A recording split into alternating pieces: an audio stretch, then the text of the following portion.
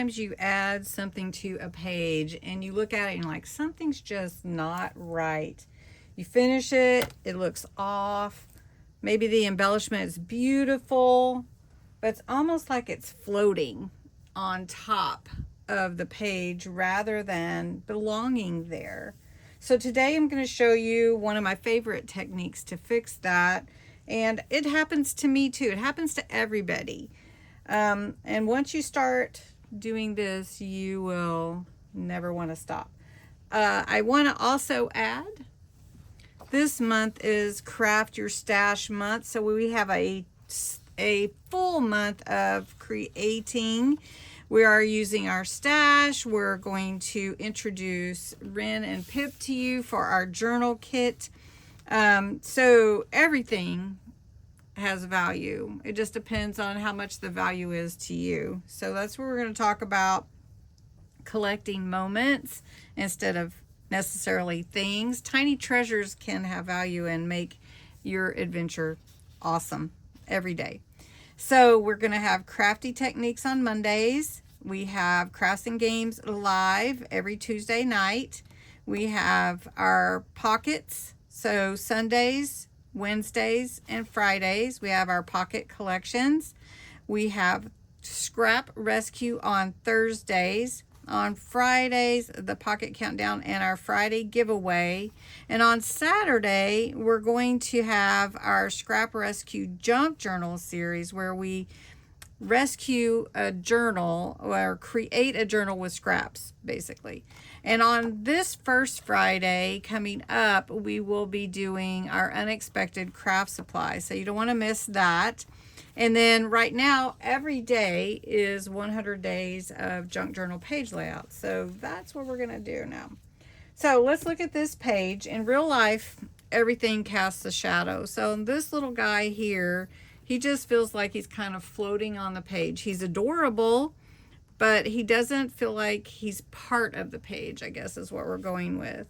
This little guy here, he's got a shadow.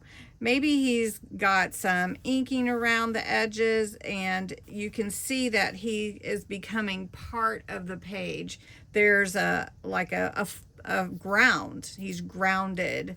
And that's important in our journals. And that's why sometimes when you look at it, it looks off to you. So sometimes the tiniest hint of a shadow around a focal image can be all you need. And our eyes naturally will look at that and say, oh, that's part of that page.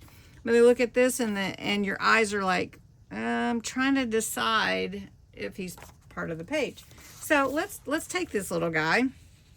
And the first technique we're going to do, so for technique number 1, to do ink blending to create your shadow, you can use a blending brush. You could use a blending tool, but if it's too big, it might take over the image and not be exactly a shadow. Then also your ink. You could use vintage photo, walnut stain, frayed burlap. There's a lot of pretty browns or even grays that can make your shadows and your images stand out. And then I like to use a dauber sometimes because the dauber, especially if the image is already on the page, you can control it a little bit. Even with a blending brush you can. And so you would just get a little bit on your dauber, and then you're just going to lightly ink one side. So if he's casting a shadow, say our sunlight is coming from this way, then his shadow is going to be in front of him. So you just want to put a little ink around him, and it doesn't have to be dark, but it just grounds him. It gives him a little bit of a shadow. And honestly, I don't think I need to add any more to him. He looks better now, right? He looks like he's going to be part of the page. He's not just stuck floating out there in the sky, right? So that is ink blending a shadow. That's number 1. Number 2, we're going to do it with, we're going to create a shadow with colored pencils. So I have some Duo Color Aqua pencils. These are watercolor pencils. We're going to use them for 2 of our techniques, but I'm just going to use it without the water first. So we need a page. All right, for this page, for the watercolor shadow, we're going to take a butterfly. And we're going to go ahead and glue that butterfly down on the page. Let's see, do I have it open? Okay, so we're going to put this butterfly actually down here. We're going to say that butterfly is hovering over a flower. Okay, so I like to use gray to create kind of a shadow, and it's just small strokes underneath whatever your image is, and you can use a blender. There's blending stumps for color pencils, and then there's also, you can use your finger. You can actually just kind of rub it to take out that harshness, right? And so our butterfly, you can see it's casting a little bit of a shadow real lightly with just a colored pencil. Just a colored pencil. Just a little shadow right here. Doesn't have to be much for our butterfly. If the light was coming down this way, this is where the shadow would be. Very faint, but that's really kind of all you really need. You could use gray, you could use brown, you could even use black. A caution black, just because it can be intense. So if I just go real lightly, I could add black. But you can see it's already darkened it a lot, and I'm just using my finger. But you could also take an eraser with a colored pencil and blend it a little bit and get some of the harshness out, or any lines that you feel like are there. And you just have like a little shadow coming down. Okay, there is another thing that I like to do before we go on to the watercolor, and that is I love using ice gray and a marker to provide a shadow or even an outline. So let me show you. I'm just grabbing some ephemera here. So this little guy, he's cute, right? So we're just going to put him on here. Is he the most adorable? Now, I've done it a couple of different ways. With the ice gray, it's a very light gray. And what you'll see is, you'll be surprised, even just going around the whole image gives him a shadow and dimension. Even if you aren't just doing one side of him, the light gray just gives him that depth. Can you see it? So I really like the light gray to make the image stand out. It's not a dark gray, it's called ice gray, and it's the lightest one. And I really like that. Color pencil and then a marker. Okay, the next one I want to show you, technique number 3, is a watercolor, soft watercolor shadow. So let's use this little gal here. She's cute. And we're just going to put her right in the middle.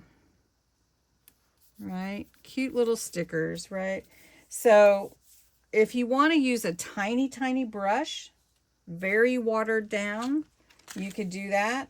You can pull the shadow outward. So what I'm going to do is I'm going to take this gray pencil, and I'm just going to outline the bottom here, because we want the shadow to come, say it's noon o'clock, and we want this shadow down on the ground.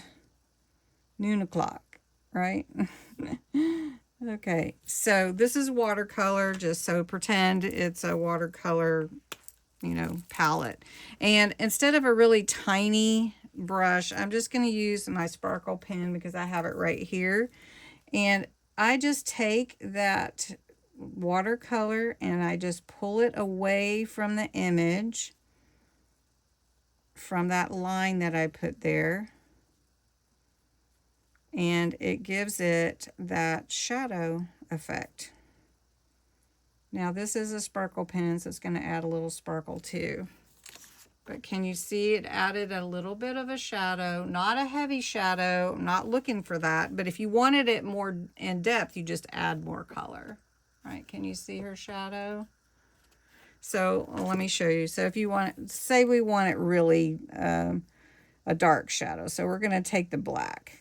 You can see that black is pretty strong there now. So we're just going to pull that black down from that line that I drew, right?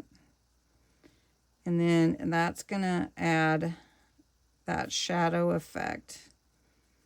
But I'm just pulling it down slowly, not trying to really outline it. You know, I don't want to outline it. So, and I think that even looks better, you know.